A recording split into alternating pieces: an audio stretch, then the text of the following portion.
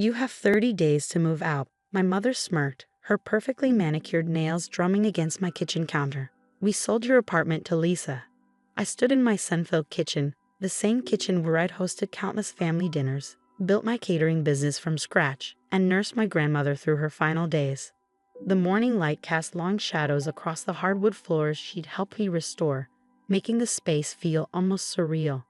My name is Sarah Mitchell, and at 35, I never expected to be facing eviction from my own home by my own family.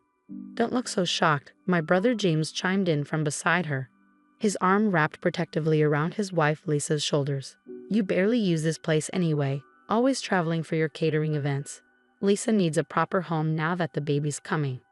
The baby, of course. Lisa's pregnancy had become the family's latest excuse for giving my brother everything he wanted, just like they had all through our childhood. I took a slow sip of my coffee, enjoying the momentary flash of uncertainty that crossed my mother's face at my calmness. And you thought selling my apartment was the solution? Well, it's not technically yours anymore, my mother said, pulling out a folder of papers. Your father and I kept our names on the deed when you moved in, remember? For tax purposes. Her smile turned predatory. We signed the papers yesterday. Lisa and James get possession in 30 days. I thought about the last conversation I'd had with my grandmother, just weeks before she passed. She'd been sitting in this very kitchen, her eyes sharp despite her failing health. They'll try to take it from you, she'd warned. Your mother never did forgive me for not giving her this building when she married your father. The apartment had been in my grandmother's family for generations. The entire building, actually, a beautiful pre-war structure in one of the city's most desirable neighborhoods. My mother had grown up here, expecting to inherit it all. Instead, my grandmother had different plans. I know what you did with the money I gave you, she told me that day, watching as I needed dough for her favorite roles. Investing in your business, building something real. Not like James with his failed startups and Lisa with her Instagram lifestyle brand. She'd reach into her bag, pulling out an envelope. Keep this safe. Don't tell them until you have to.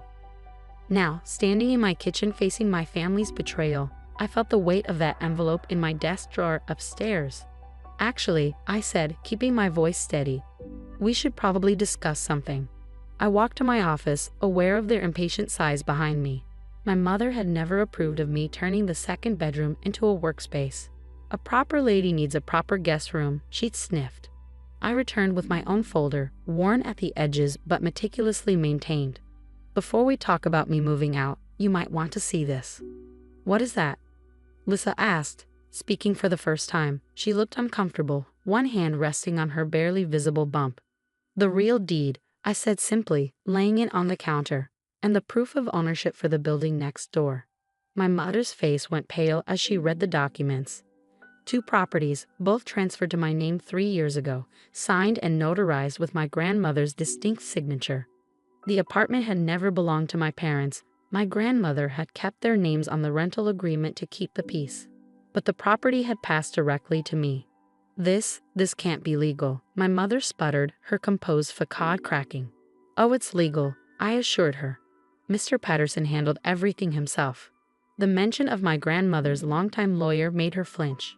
You might want to check the validity of your sale to Lisa and James. It's hard to sell something you don't own. James grabbed the papers, his face turning an interesting shade of red. You knew about this the whole time? You let us go through with the sale. I found out about your plans weeks ago, I admitted. Grandmother always said it's better to let people show their true colors. The silence in my kitchen was deafening. Lisa had sunk into one of my bar stools, looking ill. My mother was still staring at the deed like she could change it through sheer force of will. You should have told us, she finally said, her voice tight with anger. Like you should have told me you were selling my home. I countered. The home I've lived in for 10 years? The home where I took care of grandmother when none of you would. The memories came flooding back, the late nights balancing my fledgling catering business with grandmother's care, James too busy with his latest venture to help, my parents conveniently traveling during the hardest months. I put my life on hold while they carried on as usual, secure in their assumption that the building would eventually be theirs to control. What are we supposed to do now? Lisa asked quietly. We'd already sold our apartment. I felt a twinge of sympathy for her. Lisa had always seemed swept along by my family's dynamics, trying to please everyone. I'm not heartless, I said. The building next door has a vacant unit on the 3rd floor. Same layout as this one actually. You can rent it at market rate. Rent? James exploded. From my own sister? Would you prefer to find something else in the neighborhood? I asked mildly. I hear the new luxury building down the street has openings. Of course, their 2 bedrooms start at twice what I'm offering. My mother stood up suddenly, gathering her papers with shaking hands. This isn't over, she said, but her voice lacked conviction. Your grandmother had no right. She had every right, I cut in. This building was her legacy, and she chose how to pass it on. Now, if you'll excuse me, I have a meeting with my property manager to discuss some updates to the security system. I watched them file out, noting how James wouldn't meet my eyes, how Lisa lingered for a moment like she wanted to say something before following them. My mother was last, pausing in the doorway. You've changed, she said, and I couldn't tell if it was an accusation or a realization. No, I replied. I just stopped pretending to be who you wanted me to be. After they left, I walked through my apartment, touching the walls my grandmother and I had painted together, looking out the windows where we'd watch countless sunsets. In my office, I opened the drawer and pulled out her envelope, now empty of its crucial documents but still containing her last letter to me. Remember, she'd written, sometimes the best revenge is simply being prepared. And sometimes the greatest gift we can give is letting people face the consequences of their own actions. I smiled, thinking of how she'd seen this coming years ago. My phone buzzed, a text from Lisa. Can we talk? About the apartment next door? Just us? Maybe, I thought, some good could come from all this after all. But first, I had a security system to upgrade. After all, as grandmother always said, being prepared meant staying prepared. Outside, the city bustled on, unaware of the drama that had just unfolded in my kitchen. I had work to do, a catering business to run, properties to manage, and a family to keep at arm's length. But for now, I just stood in my kitchen, in my home, and let myself feel the quiet satisfaction of standing my ground. The next few days brought a flurry of activity I hadn't anticipated. First came the angry calls from my father, who had been conveniently absent during the initial confrontation. Your mother is beside herself, he said, his voice carrying that familiar note of disappointment. How could you embarrass the family like this? I was in my catering kitchen, prepping for a weekend wedding when he called. Embarrass the family? I repeated, carefully piping rosettes onto a 3-tier cake. By owning property, or by stopping you from illegally selling my home? Don't be difficult, Sarah. We were trying to help your brother. Family helps family. Funny, I said, stepping back to examine my work. I don't remember any of you helping me when I was sleeping on a cot in grandmother's room during her last months, or when I was building my business from scratch. The silence on his end spoke volumes. Finally, he sighed. Your mother wants to speak with our lawyer about challenging the deed. She can try, I replied calmly. Mr. Patterson has all the documentation, including videos of grandmother signing the papers and explaining her decisions. But hey, if you want to waste money on legal fees instead of just accepting reality, that's your choice. After he hung up, I received an unexpected visitor. Lisa stood awkwardly in my kitchen doorway, looking smaller somehow without James or my mother flanking her. Can we talk? She asked, one hand resting on her slight baby bump. I brought peace offerings. She held up a bag from my favorite bakery. I gestured to a stool by the prep counter. Those better be their lemon tarts. She managed a small smile, pulling out the familiar white box. And chocolate croissants. I remember you stress eating these during wedding season last year. We sat in silence for a moment, the sweet smell of butter and sugar mixing with the vanilla cake I had been working on. Finally, Lisa spoke. I didn't know, she said quietly, about any of it. James told me your parents were giving us the apartment as a baby gift. I never thought. She trailed off, looking lost. You never thought they were trying to steal it from me? I finished for her. She flinched but nodded. James said they'd discussed it with you, that you were fine with moving to a smaller place since your business takes up so much of your time anyway. She picked at a croissant, not meeting my eyes. I should have asked you directly. I thought about Lisa, who had entered our family 4 years ago with stars in her eyes, so eager to please everyone. I had watched as my mother and James slowly molded her into their ideal, pushing her to quit her teaching job because a proper wife doesn't need to work, encouraging her expensive taste because appearances matter in this family. The apartment next door, I said, surprising myself. The offer still stands. 3rd floor, same layout. The previous tenants just moved out, and I was planning to renovate before listing it. Lisa looked up, hope flickering across her face. Really? Even after? On one condition, I said firmly. This stays between us. No family manipulation, no running to my mother with every detail. If you and James want to rent it, it's a business arrangement. I'll give you a fair price, but I expect everything to be professional. James won't like that, she admitted. He thinks family shouldn't have to pay family. And how's that working out for him? I asked, thinking of his string of failed businesses, each one funded by my parents' seemingly endless patience. Maybe it's time for something different. Lisa was quiet for a long time, absently rubbing her belly. Can I see it? The apartment? I grabbed my keys. No time like the present. The building next door was a mirror image of mine, built by the same architect in the 1920s. The 3rd floor apartment needed work. Scuffed hardwood floors, an outdated kitchen, but the bones were good. Large windows filled the space with natural light, and the layout was perfect for a growing family. It's beautiful, Lisa breathed, running her hand along the original crown molding. Even like this, it's beautiful. It needs updating, I acknowledged. But I was planning a full renovation anyway. If you're interested, you could have input on the finishes. Make it your own. She turned to me, tears in her eyes. Why are you being so nice to me, after what we tried to do? Because you're the only one who's apologized, I said simply, and because I think you might be ready to stop letting them make your decisions for you. Just then, both our phones buzzed, the family group chat I had muted days ago. My mother had sent a long message about an emergency family meeting this weekend. Your father and I have made some decisions about the future of both properties, she wrote. Attendance is mandatory. Lisa looked at me, panic flashing across her face. What are they planning? I deleted the message without reading further. Nothing that matters. They don't own these buildings, remember? They can plan all they want.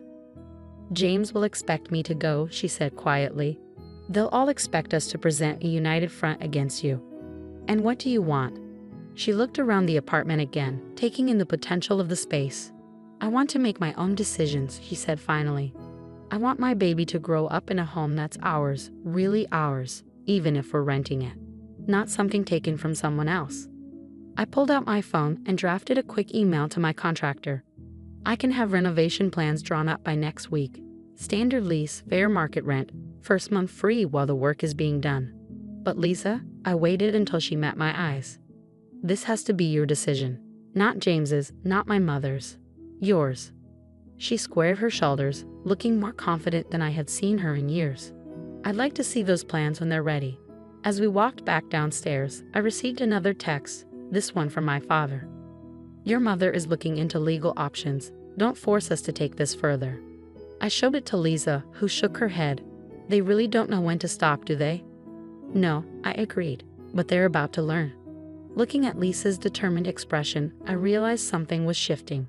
The family dynamics that had once seemed set in stone were beginning to crack, revealing new possibilities underneath. Maybe this wasn't just about protecting my property anymore. Maybe it was about breaking patterns that should have been broken long ago. Want to help me finish decorating that wedding cake? I asked Lisa. I seem to remember you being pretty good at flower arranging before my mother decided it wasn't sophisticated enough for you. Her smile was genuine this time. I'd like that. And Sarah? Thank you. Not just for the apartment, but for showing me there's another way to handle things. As we walked back to my kitchen, I thought about my grandmother's words again. Sometimes the best revenge isn't about getting even. It's about showing others how to break free too. The family meeting was set for Sunday afternoon at my parents' sprawling suburban home. I hadn't planned to attend until Lisa called me in tears the night before. They're planning something, she whispered. James keeps having private calls with your father's lawyer. They're talking about challenging the inheritance, claiming grandmother wasn't competent when she signed everything over to you. I sat in my office, looking at the framed photo of grandmother and me at my catering company's opening. Let them try, I said calmly. Mr. Patterson has video recordings of every meeting, every signature. Grandmother knew exactly what she was doing. There's more, Lisa continued. They want to use my pregnancy, claim we have more right to the properties because we're starting a family. James doesn't know I'm telling you this. I thought about Lisa standing up to my family for the first time, choosing truth over loyalty. Thank you for warning me. Will you be there tomorrow? Yes, she said firmly, and I'm done playing their games.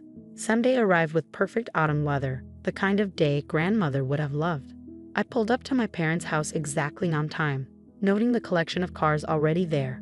The whole family had gathered for the show. Inside, the tension was thick enough to cut. My mother sat in her favorite armchair like a queen holding court, my father standing behind her. James paced by the window, while various aunts and uncles filled the remaining seats. Lisa sat slightly apart, meeting my eyes as I entered. Sarah, my mother said coldly, so glad you decided to join us. Wouldn't miss it, I replied, remaining standing. Though I'm curious why we're here, since the property situation is already settled. My father stepped forward, holding a familiar-looking folder. We've been reviewing the circumstances of your grandmother's decisions. Our lawyer has concerns about her state of mind in those final months. Really? I kept my voice level. The months when I was caring for her while all of you were too busy. You manipulated her, James snapped. Turned her against us while she was vulnerable. Before I could respond, Lisa stood up. No, she didn't. I was there sometimes, remember? When none of you visited?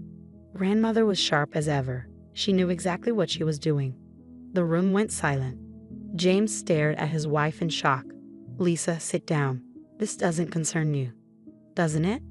She moved to stand beside me. You're trying to steal a home, using our baby as an excuse.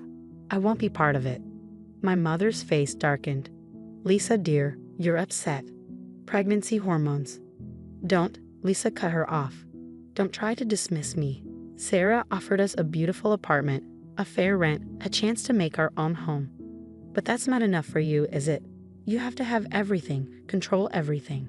I pulled out my phone, queuing up a video. Before this goes any further, you should watch something. I connected to the TV, and suddenly, grandmother's face filled the screen.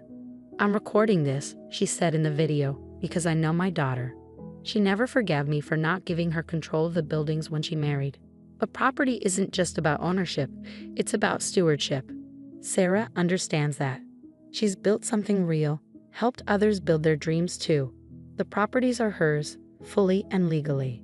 Any attempt to challenge this will only reveal your own greed.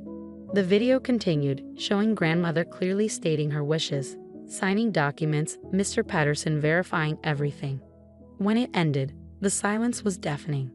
There's more, I said quietly. Years of documentation.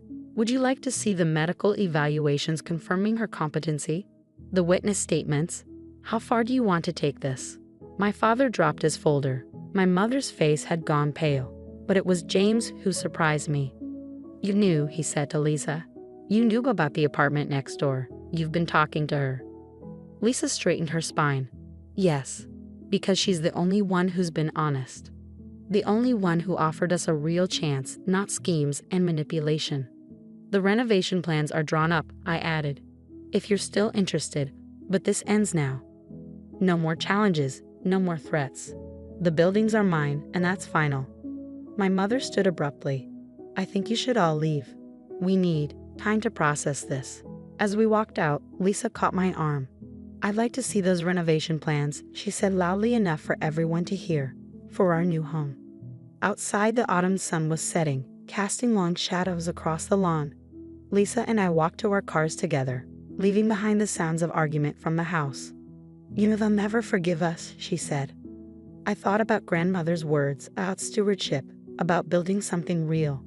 Maybe, but we'll build something better instead. 6 months later, I stood in the newly renovated apartment next door, watching Lisa arrange fresh flowers in the sunlit kitchen. Her baby bump was much more prominent now, and the nursery down the hall was ready and waiting. The renovation had transformed the space into something beautiful, warm wooden floors, bright open spaces, and a kitchen that rivaled mine.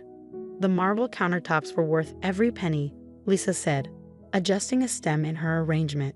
She had rediscovered her love of flower arranging, even starting a small side business designing centerpieces for my catering events. Though James is still adjusting to the rent payments. The months following the family confrontation had brought significant changes. James, faced with losing both his wife's support and his parents' financial safety net, had finally taken a real job at a consulting firm. He wasn't speaking to me yet, but Lisa said he was different at home, more focused, less entitled. My parents had tried the silent treatment first, then tearful guilt trips, and finally, reluctant acceptance. The turning point came during the holidays when my mother showed up at my door, looking older and unusually uncertain. "I've been thinking about what your grandmother said," she admitted, not quite meeting my highs. "About stewardship, about building something real." She had taken a deep breath. "I didn't build anything. I just expected things to be given to me." Now, watching Lisa prepare for her upcoming baby shower, the first family event since the confrontation, I thought about how much had changed. "Your mother RSVP'd," Lisa said, reading my mind. She asked if she could bring her lemon squares. I raised an eyebrow. The famous lemon squares she never shared the recipe for. She offered to teach me how to make them. Lisa smiled. "Baby steps, right?" My phone buzzed. A message from my property manager about a longtime tenant who needed some maintenance work. Under my management, both buildings had flourished. I had started a program helping small business owners rent commercial spaces at reasonable rates, watching new dreams take root and grow. "Ms. Mitchell," a voice called from the hallway. It was Maria, one of my commercial tenants who ran a successful alterations business in the building. "I brought the curtains for the nursery, and some empanadas too, my grandmother's recipe." This was the community grandmother had envisioned, people supporting each other, building something together. As Lisa and Maria discussed the curtains, sharing food and stories, I slipped away to my own apartment. In my office, I opened the bottom drawer where I kept grandmother's last letter. The paper was worn now, but her words remained clear. "Property is more than bricks and mortar, Sarah. It's about creating spaces where people can grow, where communities can thrive. You understand that in a way your mother never did." A knock at my door interrupted my thoughts. To my surprise, it was James. "Can we talk?" he asked, looking uncomfortable but determined. "About everything." We sat in my kitchen, the same space where this had all started months ago. James stared into his coffee cup, gathering his thoughts. "Lisa's happier than I've ever seen her," he finally said. "The apartment, her flower business, even the way she stands up to Mom now. I didn't realize how much we were all suffocating under their expectations." "And you?" I asked carefully. "I'm learning," he admitted. "Real work, real responsibilities. It's different. Hard sometimes, but better." He looked up. "I'm sorry, Sarah, for trying to take your home, for not standing up to them sooner." Before I could respond, my phone buzzed again. Another message from the property manager, this time about a potential commercial tenant, a small bakery looking to expand. "Want to see something?" I asked James. Something grandmother understood that took me a while to learn. I led him down to the commercial spaces, introducing him to Maria at her alteration shop, to old Mr. Chen's bookstore, to the new art gallery that showcased local artists. Each space held a story, a dream being built. "This is what it's really about," I explained. "Not just owning property, but creating spaces where people can succeed, where they can be independent." James was quiet for a moment, like Lisa with her flowers, like you with your catering. Exactly. I turned to face him. The apartment was never just about having somewhere to live. It was about having the freedom to build something of my own. Later that evening, as I helped Lisa finish the baby shower preparations, I thought about family, not just the one we're born into, but the one we build around us. Maria had brought more empanadas. Mr. Chen contributed special tea for the party, and even my mother had called to ask if she could come early to help set up. I invited grandmother's old friends, Lisa told me, arranging name cards on the gift table. "They keep asking about you, you know. They're proud of how you've handled everything." The next morning, I stood in my kitchen again, but this time it felt different. Through the window, I could see the early sunlight hitting both buildings, the sidewalks already busy with people heading to work or school. In a few hours, these same streets would fill with family and friends celebrating new life, new beginnings. My phone buzzed one last time, a message from my mother. "Need help setting up?" I brought the lemon squares and the recipe. I smiled, thinking of grandmother's words about stewardship and growth. Sometimes standing your ground isn't just about keeping what's yours. It's about creating space for everyone to grow into better versions of themselves. Outside, the city was waking up. In a few hours, my home would fill with the sounds of celebration, of family trying to heal, of community coming together. The buildings stood strong and tall, just as they had for generations, but now they held new stories, new dreams. And that, I realized, was the greatest inheritance of all. Looking at the two properties now, I understood what grandmother had known all along. It was never about keeping others out. It was about building something worth sharing, worth preserving. A legacy not just of property, but of possibility. The morning sun caught the windows of both buildings, making them shine like beacons in the early light. Below, Maria was opening her shop. Mr. Chen was arranging books in his window. And Lisa was probably already up, arranging flowers for the shower. This was what victory really looked like, not just winning a battle, but creating something better in its wake, something that would last long after the conflicts were forgotten. I opened my group chat with Lisa and Maria. Breakfast before the chaos begins, I'm making coffee. Their responses came quickly, enthusiastic, and warm. In my kitchen, I started the coffee maker, pulled out fresh pastries, and opened the windows to let in the morning air. This was home, not just the apartment, but the whole community we'd built. And this time, it was built on a foundation strong enough to last.